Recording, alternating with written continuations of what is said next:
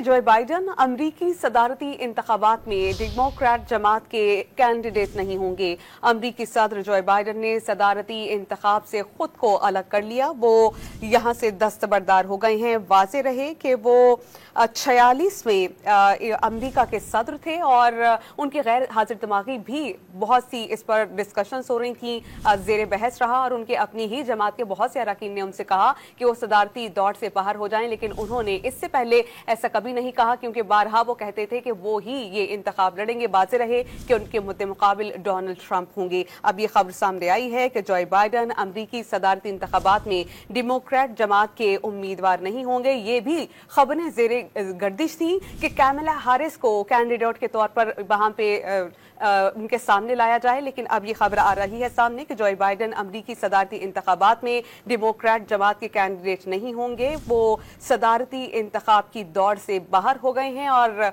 दस्तबरदार हो गए हैं।